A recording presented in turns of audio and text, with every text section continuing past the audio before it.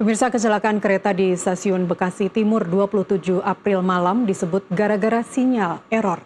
Asisten masinis Argo Bromo Anggrek yang terlibat dalam kecelakaan menyebut rangkaian kereta tujuan Jakarta-Surabaya itu pun tidak bisa direm maksimal. Miskomunikasi tadi bagaimana, Pak? Nggak mau miskomunikasi. Kayaknya ini ada sinyalnya ada yang Error. Tapi betul Pak, di depan ada kecelakaan juga? tadi nginfoin PK-nya. Cuman saya belum copy informasinya sepenuhnya. Udah keburu sinyalnya merah ini. Jadi merah mendadak gitu ya?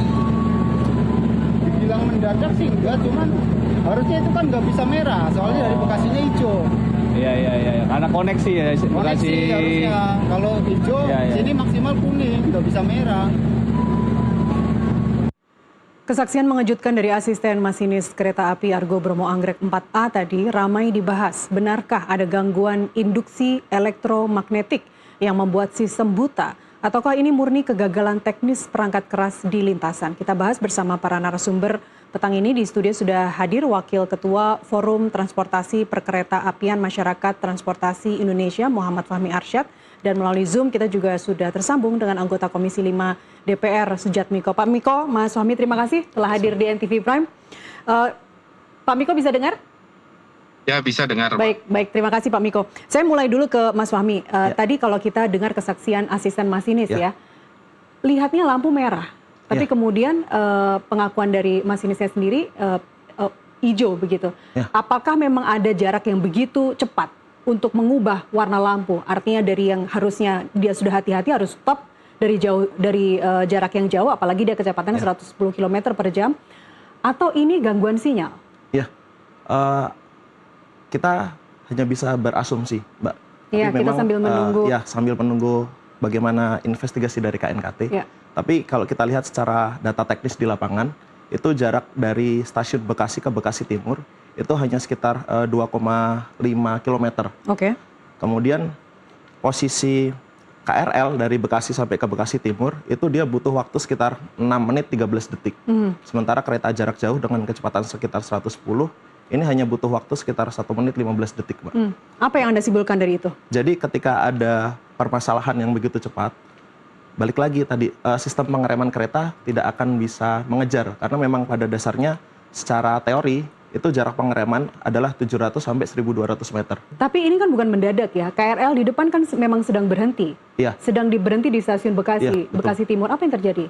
Ya, jadi ketika KRL ini berhenti di Bekasi Timur, kemudian kereta dengan kecepatan yang tinggi melaju gitu, kemungkinan besar ada delay gitu. Informasi yang diterima oleh masinis adanya kereta yang memang sedang berhenti di Bekasi Timur. Karena informasi itu disampaikan secara manual kah atau by system? Dengan telepon, by phone oleh pusat kendali. Artinya secara manual ya, masih dari human to human ya. Betul. Oke, dari apa namanya yang pengawasnya kemudian ke masinis yang bersangkutan. Oke, apakah memang selama ini memang tidak secara sistem? Memang komunikasinya atau biasa disebut train dispatching itu memang dilakukan human by human, Mbak. Jadi ada aturan bahwa dari stasiun dia akan komunikasi ke pusat kendali, kemudian pusat kendali yang akan menginfokan ke masinis. Oke. Seperti itu. Oke. Dan saya ke Pak Miko. Pak Miko, Anda kemarin meninjau langsung ke TKP, betul ya Pak?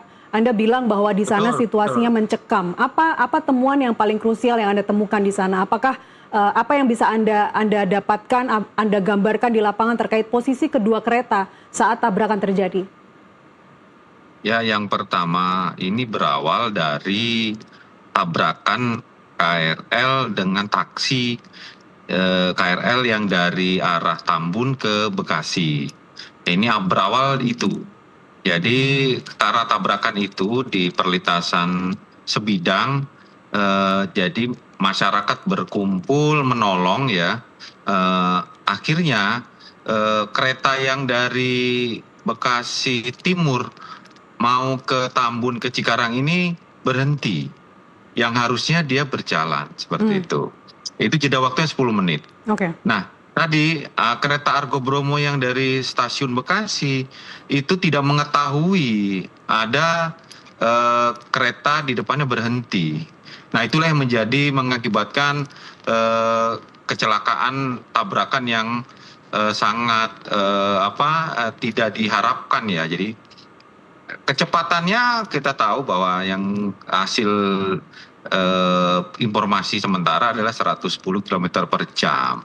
Nah, yang kereta yang ditabrak ini dalam keadaan mengerem karena berhenti dan mengerem. Mungkin kalau jalan ya, kalau berhenti tidak mengerem itu mungkin masih ada pentalan ya kan, benturannya, gaya tumbukannya tidak terlalu besar. Tapi karena ini yang satu mengerem, ini akhirnya mengakibatkan gaya tumbukannya besar sekali. Nah itu yang pertama. Yang dikatakan suasana mencekam ya, saya datang ke TKP jam 22.30 ya, kira-kira 1 jam setelah kejadian. Ya itu memang kita lihat, yang saya lihat adalah ada 6 orang itu terjepit dalam keadaan hidup ya. Jadi itu tidak bisa diangkat ya. Tapi sebelumnya sudah terevakuasi oleh petugas ya. Itu yang dikatakan mencekam itu. Jadi kita tidak menyangka bahwa ada lokomotif, hampir 90% lokomotif Argo Bromo Anggrek itu masuk ke dalam kereta KRL penumpang khusus perempuan. Nah itu ya yang dikatakan mencekam. Ada maaf ya, ada kaki yang di luar ya, seperti badannya di dalam. Nah itu yang dikatakan, kita mudah-mudahan ini adalah kejadian yang terakhir ya. Saya sebagai anggota Komisi 5 dari fraksi PKB di Dapil Bekasi Depok, saya mewakili teman-teman di parlemen turut berduka cita. Mudah-mudahan ini adalah kejadian yang terakhir yang di zaman modern yang harusnya tidak boleh terjadi dengan kecanggihan teknologi yang sudah kita miliki. Itu loh Pak yang dikatakan suasana mencekam. Saya sendiri sampai jam 3:30 ya kan, mendampingi beberapa stakeholder seperti Menteri Perhubungan, terus dari Basarnas saya memberikan semangat ya seperti itu ya. Terus ada Wali Kota dan juga ada pimpinan DPR Pak Supidasko dan lainnya dari Danantara juga dari Direktur Kereta Api. Semuanya kemarin fokus untuk penyelamatan dengan cepat seperti itu Pak kira-kira. Dan korban meninggal sampai sore ini ya sudah ada 16 orang, sementara 80 lainnya masih terluka. Kita doakan juga semoga seluruh korban yang terluka dirawat di 9 rumah sakit di Bekasi saat ini segera pulih kembali. Pertanyaan besarnya Pak Miko, mengapa kereta Argo bisa masuk ke petak jalan yang masih ditempati oleh KRL? Itu pertanyaan besarnya. Kita tidak ingin mendahului apa yang sedang diselidiki oleh KNKT, tapi dari amatan Anda, apa yang terjadi? Jadi memang ini ada sedikit informasi yang, jadi ini bukan final ya, tapi yang jelas akibat, ini mudah-mudahan nanti KNKT yang finalnya ya. Jadi kalau dari analisa dari lapangan yang saya coba tanya, yang pertama akibat kecelakaan tabrakan kereta dengan kendaraan taksi itu mengakibatkan sistem persinyalan terganggu. Ya kan, karena itu membawa material, jadi sisi persinyalan terganggu. Mungkin ada material yang terkena tabrakan itu. Jadi yang harusnya, ini versi beberapa staf di KAI, saya juga tidak tahu namanya, itu sistem persinyalan terganggu, akibatnya tetap hijau, itu harusnya kan merah dari stasiun Bekasinya harusnya harusnya merah, tidak boleh maju. Itu pertama yang ini ya. Tapi kalau dari saya bilang ini memang harus ada double check atau double control atau double safety untuk seluruh kabin masinis. Jadi ini coba nanti saya akan usulkan ya kan, dari teman-teman DPR di Komisi 5 dan semua stakeholder, saya mau coba mengusulkan bagaimana ada double control. Jadi kan masalah ini pandangan. Jadi pandangan selain sistem itu ada manual pandangan ya kan. Nah ini jaraknya harus bisa lebih dari 1.000 meter ya kan ya, supaya bisa memantau ke depannya 1.000 meter. Dengan cara apa? Memasang titik-titik CCTV di stasiun dan di perlintasan sebidang. Jadi jika ada kendaraan atau orang atau benda yang membahayakan itu si masinis bisa mengetahui kondisi di depannya sepanjang 1.000 sampai 2.000 meter ke depan. Jadi masinis bisa mengetahui kan, kalau tadi persinyalan karena terganggu mungkin ya. Nah ini tapi tidak tahu ada di depannya ada apa gitu. Tapi kalau ada sistem itu seperti ditaruh CCTV dan ada monitor kontrol di dalam kabin masinis, itu bisa membantu pandangan di depannya. Mungkin itu yang akan kita dorong untuk mencegah terjadinya kecelakaan di kemudian hari, mungkin itu. Ya, itu langkah jangka panjangnya. Saya ke Mas Fahmi. Ada yang mau ditambahkan, Mas, dengan kalimat sederhananya pertanyaan seperti ini? Kenapa kereta jarak jauh, kenapa kereta Argo menggunakan jalurnya komuter lain? Ya, jadi memang ini yang kami dorong dari MTI. Sejak kapan? Jadi memang dari 2022 ketika proyek double track di 2016 itu dilaksanakan, itu harusnya memang dari Manggarai itu bisa sampai ke Cikampek untuk double track. Tapi faktanya sekarang di lapangan adalah double track itu hanya sampai di Bekasi, kemudian dari Bekasi berangkat ke arah Cikampek sudah double track. Artinya kereta jarak jauh dan KRL maupun kereta barang ini masih bergabung ketika lepas dari Bekasi ke arah Cikampek. Artinya itu solusi double track untuk ke depan ya. Yang pernah dibangun di proyek sepanjang Wonokromo itu yang di Jawa Timur itu sudah sesuai ya? Itu double track biasa. Nah, tapi kalau di area Jabodetabek ini karena memang KRL itu kan sangat padat ya, Mbak. Ketika jarak headway yang memang sangat sempit, kemudian ada kereta jarak jauh yang dengan kecepatan yang sangat tinggi, bahkan lebih tinggi dari kecepatan KRL, ini tentu akan sangat berbahaya ketika ada miss sedikit. Gitu. Oke, apa data terbaru, apa yang anomali yang Anda lihat temuan dari MTI terkait kecelakaan ini? Ya, yang bisa kita dorong adalah semoga ada perbaikan segera dari sisi SOP tadi, dari sisi komunikasi ketika ada kondisi darurat di lapangan, Mbak. Karena memang kalau kita lihat kebiasaannya itu kereta-kereta yang ada di arah Cikarang itu biasanya dia akan disimpan di Tambun gitu, Mbak. Nah ini kan di luar kebiasaan yang dia harus berhenti di Bekasi Timur. Nah ini ada sedikit keterlambatan informasi yang diterima oleh masinis Bromo Anggrek. Akhirnya pengeremannya itu tidak sampai di jarak amannya gitu, Mbak. Kita nanti sambil lihat ilustrasi kecelakaan yang terjadi ya antara komuter lain yang menabrak taksi listrik yang mogok di tengah perlintasan jalur kereta api, kemudian kereta KRL yang sedang berhenti ditabrak oleh kereta Argo. Bisa sambil diceritakan Mas Fahmi, seperti apa kejadiannya? Jadi ini ada taksi mogok gitu, Mbak. Jadi pintu perlintasan liar di daerah Bola Kapal, kemudian ditabrak oleh KRL. Nah, seperti informasi yang disampaikan oleh Pak Miko tadi di lapangan, memang masyarakat pada akhirnya ngumpul dan sesuai SOP juga si KRL ini memang harus stop karena dia harus mengecek apakah dia masih layak jalan atau enggak. Oke.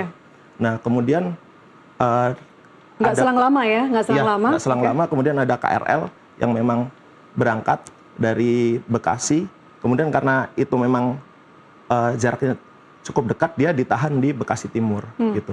Nah, selanjutnya tidak bersama kemudian kereta Bromo Anggrek dari Gambir menuju Pasar Turi itu berangkat dan tadi ketika komunikasi ini terlambat diterima oleh masinis dengan jarak yang memang sangat sempit waktu, itu jarak pengereman yang memang harusnya 1,1 kilo dengan kecepatan 110 km, dia kurang dari 500 meter baru mulai pengereman seperti itu. Makanya seperti yang diinformasikan oleh Pak Miko tadi, 90% lokomotif itu masuk ke gerbong KRL wanita. Luar biasa, luar biasa.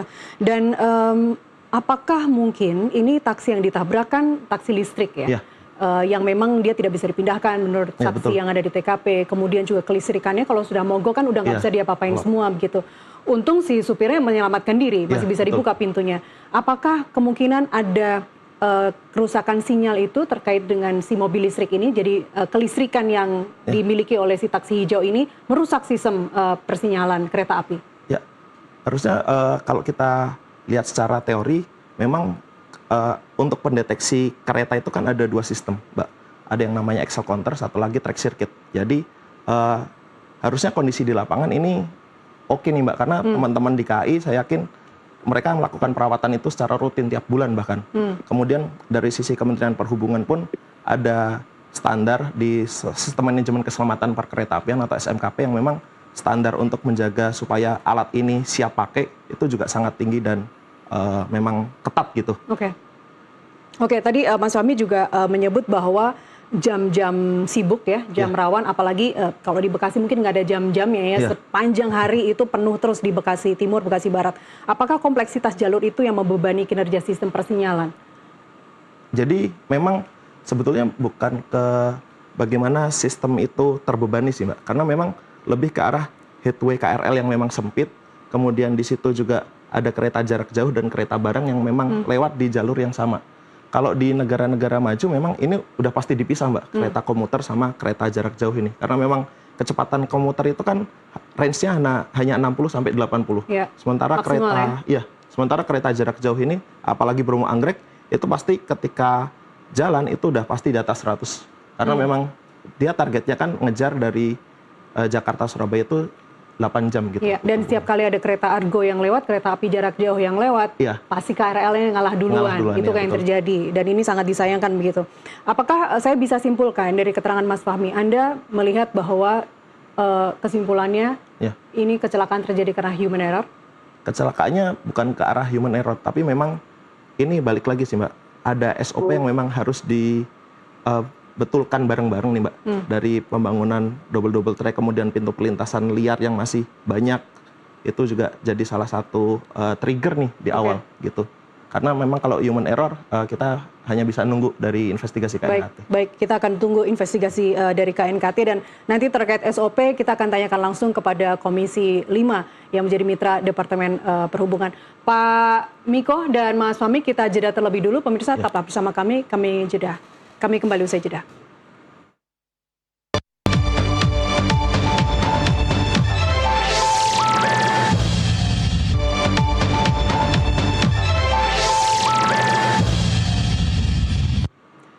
Kita lanjutkan dialog, pemirsa. Di studio saya masih bersama Wakil Ketua Forum Transportasi Perkeretaapian Masyarakat Transportasi Indonesia, Muhammad Fahmi Arsyad. Dan melalui Zoom kita juga masih tersambung dengan anggota Komisi 5 DPR dari fraksi PKB, Pak Miko. Pak Miko, saya ke Anda dulu Pak. Anda mendesak pemerintah dan KAI untuk menambah sinyal dan melakukan revolusi persinyalan. Saya ingin tahu teknisnya seperti apa Pak Miko, pembaruan seperti apa yang Komisi 5 tuntut agar sistem perlindungan kereta otomatis benar-benar kerja dan tidak hanya retorika semata. Pak Miko? Ya, Mbak. Yang pertama, kalau saya yang pertama ini khusus di Jabodetabek ya, khusus di Jabodetabek ini kita harus membedakan jalur untuk kereta jarak jauh dan kereta KRL komuter. Jadi kalau kereta komuter itu sampai Cikarang ya, harusnya jalur kereta komuternya khusus juga harus sampai Cikarang. Jadi tidak boleh digabung. Nah, ini kan cuma sampai Bekasi nih. Nah, harusnya kan double track, ya kan, sampai dengan Cikarang. Nah, ini kemarin kejadian ini di Bekasi Timur kan hanya shelter nih.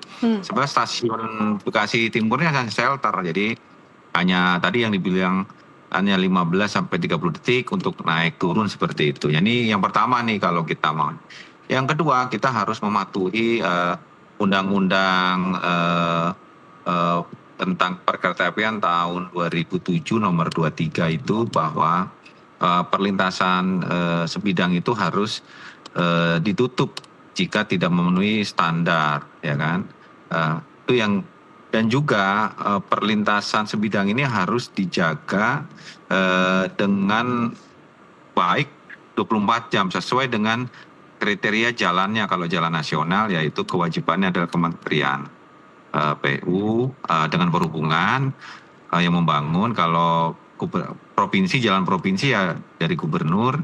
Kalau jalan kota dan kabupaten ya bupati atau wali kota. Itu harus dibangun untuk pengamanannya seperti itu. Dan juga ketiga dari sistem persinyalan ya. Jadi persinyalan ini memang harus dibuat sebaik mungkin ya. Tadi seperti kereta cepat, LRT itu memang mereka itu terklaster ya. Memang mudahnya karena dia dibangun baru ya, ini dibangun zaman Belanda yang sekelilingnya jalur rel ini tidak seluruhnya steril ya. Paling tidak perlintasannya itu perlintasan sebidangnya steril ya dan dijaga dengan baik dengan sistem yang baik seperti itu.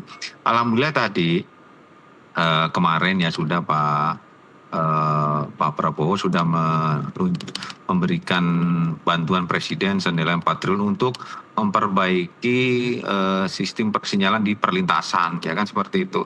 Nah, nanti juga ada yang dibuatin flyover dan underpass dan juga ada dengan palang otomatis yang harapannya sudah sesuai dengan teknologi yang saat ini. Ya, itu harapannya yang dalam waktu dekat ya harusnya tidak sampai dengan 6 bulan ini sudah selesai karena anggarannya dari bantuan Presiden. Mudah-mudahan itu bisa selesai. Itu paling nggak bisa menjaga. Yang terakhir juga ketepatan waktu itu penting, tapi tidak boleh mengalahkan keamanan ya. Jadi jangan yang penting tepat waktu. Memang kereta Argo Bromo Anggrek ini kereta yang paling cepat, bahkan kereta yang biasa pun bisa disalip sama dia. Jadi seperti itu ya. Jadi apalagi cuma KRL ya. Itu ketepatan tidak boleh mengalahkan ya kecepatan ya. Masa kecepatan tidak boleh mengalahkan keamanan. Harapannya ya keamanan didahulukan, ketepatan juga perlu seperti itu. Itu sih Mbak yang perlu diperhatikan. Oke, terkait segregation yang Anda tawarkan tadi Pak, usulan yang poin pertama, dukungan anggaran dari DPR seperti apa Pak? Kami dari Komisi 5 sepakat sekali jika ada tambahan anggaran untuk perlintasan sebidang. Apalagi itu jika ditingkatkan dengan perlintasan tidak sebidang, kami sangat setuju ya kan. Karena itu sudah waktunya kita harus memperhatikan seluruh infrastruktur terutama kereta api yang sudah ada saat ini. Karena kereta api ini adalah moda transportasi yang aman setelah pesawat sebenarnya seperti itu. Setelah pesawat adalah transportasi yang paling aman adalah kereta api. Karena dia kan punya jalur sendiri seperti itu. Nah, itu yang kedua, jadi kita juga harus kita menyarankan kepada masyarakat ya, ini sama-sama kita ambil hikmahnya bahwa jika sudah ada tanda bahwa itu kereta sudah ada mau lewat seperti itu, harapannya masyarakat sadar, ini nyawa lebih penting daripada kita harus terburu-buru waktu segala macam ya seperti itu. Masyarakat, ayo kita sama-sama nih kita himbau supaya ini bisa tidak lagi terjadi kecelakaan seperti ini. Ya. Urgensi penutupan jalur liar seberapa urgen? Saya ke Mas Fahmi. Ya, kalau kita lihat seberapa urgent memang kita buka data ya Mbak. Jadi data dari Dirjen Perkeretaapian Kemenhub selama 2026 ini aja sudah 40 kali ada kecelakaan di perlintasan gitu. Dengan detail 23 di perlintasan liar, kemudian 17 yang terjaga. 40? Gitu. Ya, 40 kecelakaan. Ada berapa banyak korban meninggal dunia ataupun luka-luka? Kalau untuk korban meninggalnya saya kurang ini ya Mbak, di data dari Kemenhub. Cuman memang 40 itu dan 23-nya terjadi di perlintasan liar. Seperti itu. Jadi sebegitu urgent memang, karena memang pola atau pertumbuhan perlintasan liar itu kan memang tidak bisa di stop ya selama ini. Karena kalau kita perhatikan, ambil contoh di area Jabodetabek saja, banyak developer itu memang bangun perumahan di area-area yang dulu kebun atau sawah kosong gitu. Dan ketika di situ ada perumahan, akhirnya muncullah perlintasan liar di situ. Yang memang mungkin beberapa memang melibatkan masyarakat untuk menjaga, tapi balik lagi Mbak, dari data tadi itu ada 3 kejadian yang memang mengindikasikan bahwa si penjaga pintu memang belum tersertifikasi dengan baik gitu. Karena ketika si penjaga pintu walaupun sudah ada pintu perlintasan tapi penjaganya belum tersertifikasi, terkadang yang jaga pun juga ormas ya, yang jaga adalah warga sekitar. Betul. Begitu. Jadi ketika ada keadaan darurat kereta, maka si penjaga pintu ini tidak bisa mengirimkan sinyal darurat ke masinis gitu. Jadi masinis tidak bisa memahami bahwa di situ sedang terjadi keadaan darurat. Jadi Anda mengusulkan untuk ada sertifikasi penjaga? Ya, jadi menindaklanjuti dari Pak Miko tadi terkait pembagian tanggung jawab. Jadi ketika jalan nasional memang pemerintah pusat, kemudian jalan provinsi dari Pemprov, kemudian jalan kabupaten kota itu milik pemerintah kabupaten.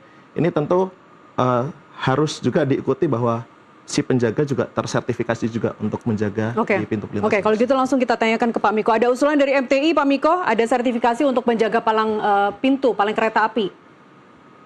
Ya, Jadi memang itu sangat penting sertifikasi untuk penjaga kereta.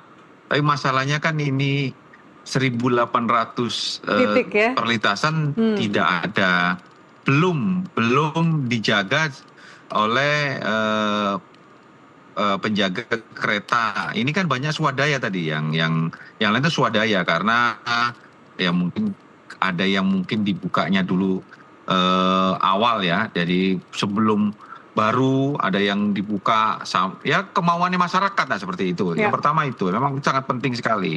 Jadi tindakannya seperti apa. Yang kedua, jadi masinis, seluruh masinis ini diberikan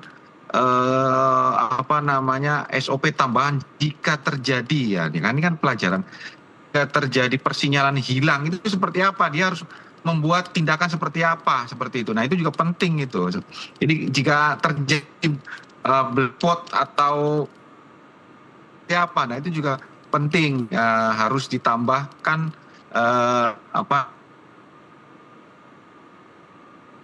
Pak Miko? Oke, sambil kita perbaiki komunikasi dengan Pak Miko. Apakah SOP itu, saya khawatirnya ini baru sekedar usulan ya, padahal ini adalah sesuatu yang urgent yang harus dilakukan. SOP tidak sampai menyentuh ke sana selama ini, Mas Fahmi? Sudah menyentuh ke sana. Jadi kalau di sinyal itu ada sinyal ulang, ada sinyal utama dan sinyal pembantu. Nah, mungkin yang bisa diperbaiki di sini adalah ketika sinyal utama itu tertutup, dalam artian tidak semua jalur kereta kan lurus ya, ada lengkung. Maka bisa ditambahkan sinyal ulang gitu sebagai penolong masinis supaya buta warnanya itu, buta arahnya itu nggak terlalu jauh gitu. Jadi dia sudah bisa melihat sinyal ulang sebelum sinyal utama itu tampak. Bukan merah, bukan hijau tiba-tiba berubah merah begitu ya, karena untuk pengaraman mendadak itu tidak mampu. Pak Miko, semoga kita sudah bisa komunikasi lagi. Pak Miko, tadi menarik bahwa Anda mengatakan dibanding dengan LRT misalnya yang super canggih, Wush, MRT. Apakah ini hanya mimpi, Pak? KRL kita, komuter lain kita akan punya sistem pengamanan yang canggih, yang punya ATC, yang punya ATP, seperti yang dimiliki oleh kereta-kereta yang baru itu?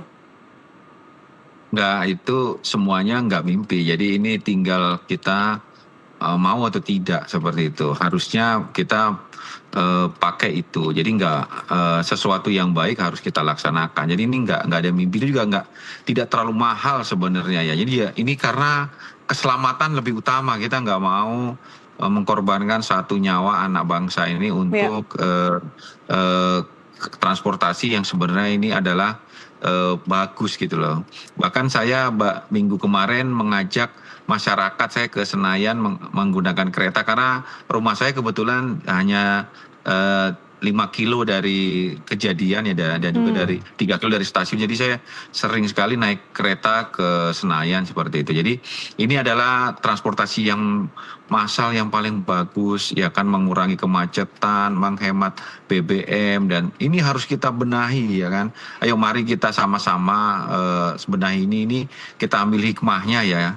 Kita ambil hikmahnya, kita bekerja sama-sama bagaimana membangun sistem transportasi kereta api khususnya ini dengan baik, aman, dan juga nyaman. Jadi saya rasa nyamannya sudah mulai, tapi ini amannya ini ya, safety-nya ini harus kita benar-benar tingkatkan lagi, dan juga kita bantuan kepada masyarakat juga tolong untuk perlintasan sebidang ini hati-hati sekali ya, seperti itu. Jadi semuanya ini harus sama-sama seperti itu. Kita tahu kalau di dalam kereta itu sekarang sudah nyaman, jadi semuanya nyaman. Jadi turun sudah tidak harus memberikan kesempatan yang turun. Yang mau masuk kereta juga setelah turun baru dia masuk, itu sebenarnya sudah bagus. Jadi kita beli tiket, semuanya sudah rapi. Ada zona 1 itu zona di peron, zona 2 tuh ditunggu, ruang tunggu pada saat kita mau beli karcis, atau ruang tunggu tuh zona 2, zona 3 tuh di luar, jadi orang bisa mengantar, bisa orang memberi sesuatu tuh zona 3 sudah rapi. Parkiran semua sudah rapi, sudah terintegrasi juga dengan angkutan kota yang lain. Ini sebenarnya transportasi yang baik seperti itu.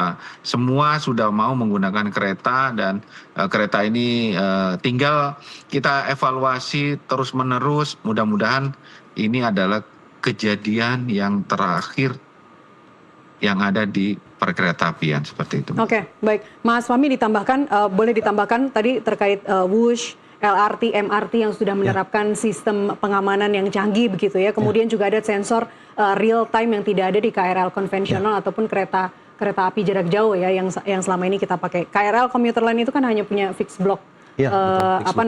Signaling ya, sinyal blok statis yang tadi menurut Anda kesimpulan sementara Anda bahwa rawan sekali untuk human error. Apakah KRL dan juga komuter lain termasuk juga kereta api jarak jauh mungkinkah mempunyai sistem secanggih itu? Ya, kalau dibilang mungkin ya Mbak. Jadi memang kalau kita balik ke teori itu, ketika jarak antara satu stasiun dengan stasiun lain kurang dari 3 kilo, memang alangkah lebih baiknya di situ ada sistem pengereman tambahan, Mbak. Sistem untuk menolong masinis ketika dia terlambat gitu. Biasa disebut ATP, Automatic Train Protection gitu. Jadi memang harus diinstal dan ini memang urgensi dan betul dari Pak Miko tadi bilang harganya memang nggak mahal gitu. Yeah. Dan untuk keselamatan memang jadi salah satu urgensi. Oke.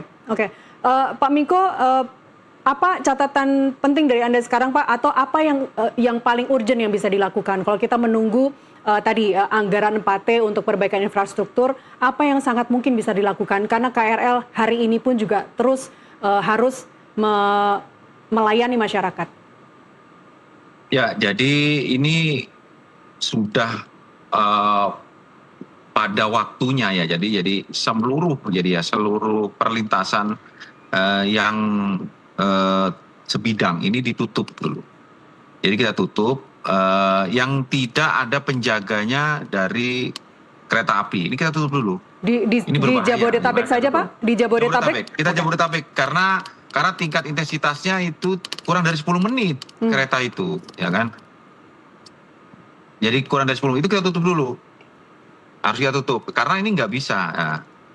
Yang kedua, ya. Ini maaf Pak Miko, saat kita bicara ini Pak, kita bicara ini, diskusi ini, apakah itu sudah dilakukan, sedang dilakukan? Ya di Bekasi Timur yang kejadian itu ditutup langsung Pak. Yang di Bulak Kapal itu ditutup sekarang, tidak boleh Jadi pokoknya seluruh perlintasan sebidang yang tidak dijaga oleh PT KAI harus ditutup. Untuk kasus Jabodetabek harus ditutup dulu, ya kan? Sampai dibuat oleh PT KAI seperti itu. Ya bagaimana sekarang masyarakat kan hanya pandangan visual, ada kereta mereka pakai bambu seperti itu, nggak bisa seperti itu. Nah ini harus ada sampai palang otomatisnya itu ada ya dari kereta api. Kalau nggak boleh seperti itu, karena bahaya nanti. Masa mau ada korban lagi, baru ada kita 16 korban kan sekarang, yang luka-luka 100-an ya, itu masih benar-benar cepat sembuh seperti itu. Itu harus seperti itu. Ya tadi sistem persinyalannya benar-benar diperbaiki. Terus masinis ini bagaimana dia mengambil tindakan kalau sistem persinyalan ada masalah, itu yang paling urgent seperti itu. Ya Mbak ya, harus benar-benar kita pastikan ya. Kalau tidak ya lebih baik tidak berangkat Mbak daripada tidak pulang sama sekali. Ya. Jadi lebih baik kita nggak perlu berangkat. Jangan kan lebih baik tidak berangkat daripada tidak pulang ya. Repotnya tidak pulang nanti dia. Seperti itu sih Pak, dari saya seperti itu. Oke, Mas Fahmi, apa rekomendasi mendesak dari MTI? Ya, kalau dari kami dari MTI tentu harapannya Pak Miko izin Pak, ada SKB 3 Menteri, dari Kementerian PU, kemudian Kementerian Perhubungan, dan Kemendagri, Mbak. Karena memang di Kemendagri ini kenapa penting tadi, karena ada kelas jalan tadi yang memang ada tugas nasional, betul, kabupaten maupun provinsi. Oke, Perhubungan? Perhubungan, kemudian PU sama Kemendagri. Iya, kalau tadi infrastruktur di PU, apa yang Anda harapkan dari Kementerian Perhubungan dan Kementerian Dalam Negeri? Kementerian Perhubungan tentu realisasi untuk pembangunannya, karena ketika itu dibangun, kemudian sertifikasi pegawai, terutama penjaga pintu, kemudian peningkatan SOP ketika melewati pintu juga itu jadi salah satu tanggung jawab. Karena kalau kita bicara kecelakaan kereta api seperti ini, apalagi korbannya sudah begitu banyak begitu ya, ini tidak bisa disebut hanya atau single factor saja, multi factor di sini. Usulan dari MTI, Pak Miko, kepada Komisi 5, apakah mungkin dilakukan SKP 3 Menteri? Ya itu sangat mungkin sekali SKP 3 Menteri. Jadi untuk Depdagri, Kemendagri nanti yang akan mengajukan kepada gubernur dan wali kota untuk menjaga membuat perlintasan sebidang itu, ya kan. Nah, dan Kementerian PU juga akan berusaha untuk jalan-jalan nasional perlintasan sebidang dengan kereta api itu membuat flyover dan seperti itu. Memang sudah tidak banyak ya di Pulau Jawa terutama. Jadi harapannya ini bisa.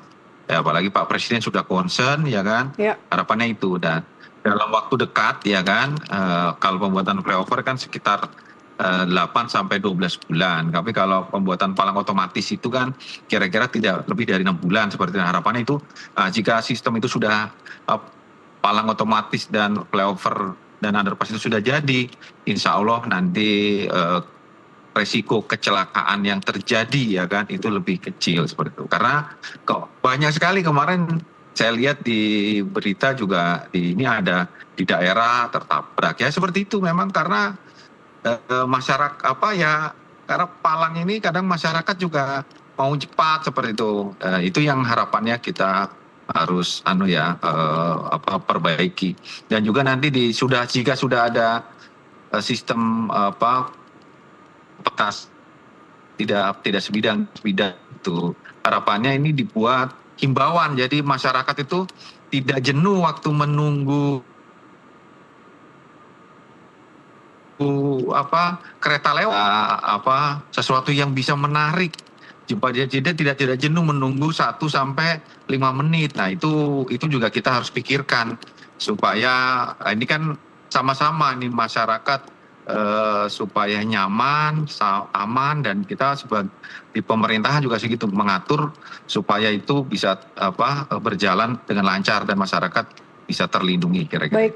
Pak Miko, investigasi KNKT sedang berjalan saat ini. Jika nanti kemudian terbukti ada kelalaian sistemik, Pak, pada infrastruktur milik negara, langkah politik apa yang akan diambil oleh Komisi 5 kepada PT KAI misalnya, kepada Kementerian Perhubungan?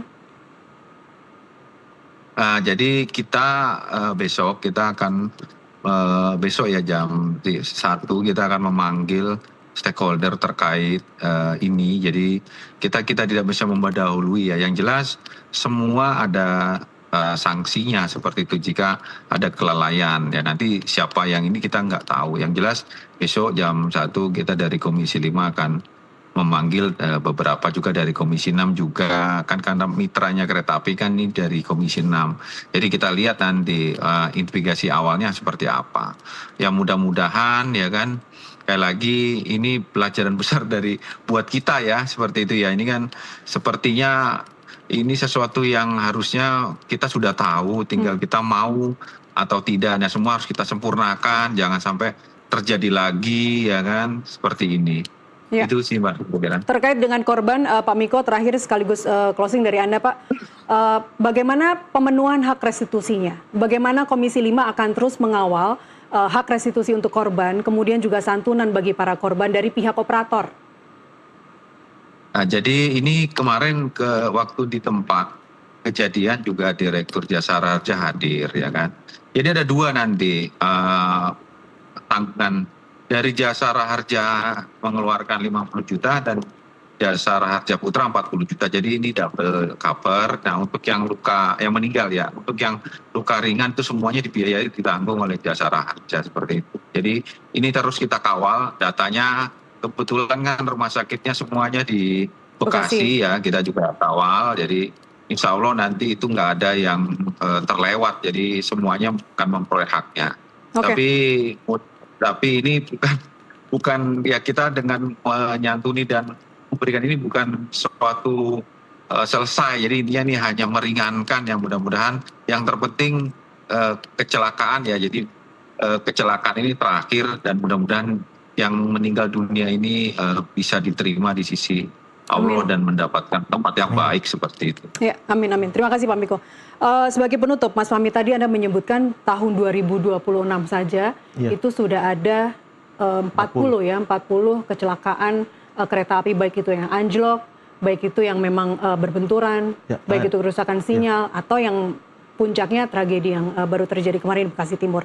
Apa pesan Anda? Tadi Pak Miko juga bilang bahwa kereta api itu yang teraman setelah pesawat terbang begitu. Apa pesan Anda agar masyarakat tetap merasa aman menggunakan moda transportasi kereta api pasca tragedi ini? Ya, memang harapan kami di MTI masyarakat luas bisa merasakan haknya untuk aman dan nyaman menggunakan transportasi publik. Jadi memang ini semoga menjadi momentum yang baik untuk perbaikan seluruh stakeholder supaya kedepannya kecelakaan serupa tidak terjadi dan semoga ini jadi yang terakhir gitu Mbak. Dan memang harus serius untuk membenahi transportasi di Indonesia. Termasuk calon penumpang juga, kalau ada satu kereta anjlok itu pasti akan mundur selama berjam-jam, bahkan bisa langsung dibatalkan. Betul. Apa saran Anda untuk terkait operator? Jadi terkait operator memang ini yang sudah dilakukan oleh KAI sebetulnya, bahwa ketika ada pembatalan kereta maka akan ada refund. Kemudian ketika Tapi refund pun juga tidak segampang itu ya Mas, meskipun refund dikembalikan 100%, tapi kan pada kenyataannya, pada prakteknya kita harus tetap mengantri, kita harus tetap proses, ya kan? Iya, betul. Dan semoga di internalnya KAI ada perbaikan untuk sistem refund. Kemudian mungkin juga bisa ada armada pengganti dengan bus, misalnya bekerja sama dengan Damri bisa dilakukan untuk mengantar penumpang yang tadinya harusnya menggunakan kereta bisa menggunakan bus. Ini pernah dilakukan terakhir waktu kejadian banjir di Pekalongan. Waktu itu ada banjir, maka penumpang dievakuasi menggunakan bus seperti itu, Mas Titi. Oke. Ini stakeholder harus sama-sama ya, tidak saling menyalahkan, tapi bagaimana caranya untuk membuat perbaikan ke depan dan tidak sebatas hanya retorika di atas kertas saja. Mas Fahmi, analis perkereta apian masyarakat transportasi Indonesia, dan melalui sambungan Zoom ada Pak Sujatmiko atau Pak Miko, anggota Komisi 5 dari fraksi PKB. Terima kasih telah berbagi insight di NTV Prime. Sehat-sehat selalu Bapak-Bapak. Terima kasih. Pemirsa, tragedi di Bekasi Timur bisa menjadi pengingat keras bahwa dalam dunia transportasi tidak ada toleransi untuk kesalahan. 16 nyawa yang hilang menuntut pertanggungjawaban berupa perbaikan sistemik, bukan sekadar saling lempar kewenangan antara pusat dan daerah terkait palang pintu atau persinyalan. NTV Prime kembali usai jeda dengan informasi lainnya, tetaplah bersama kami.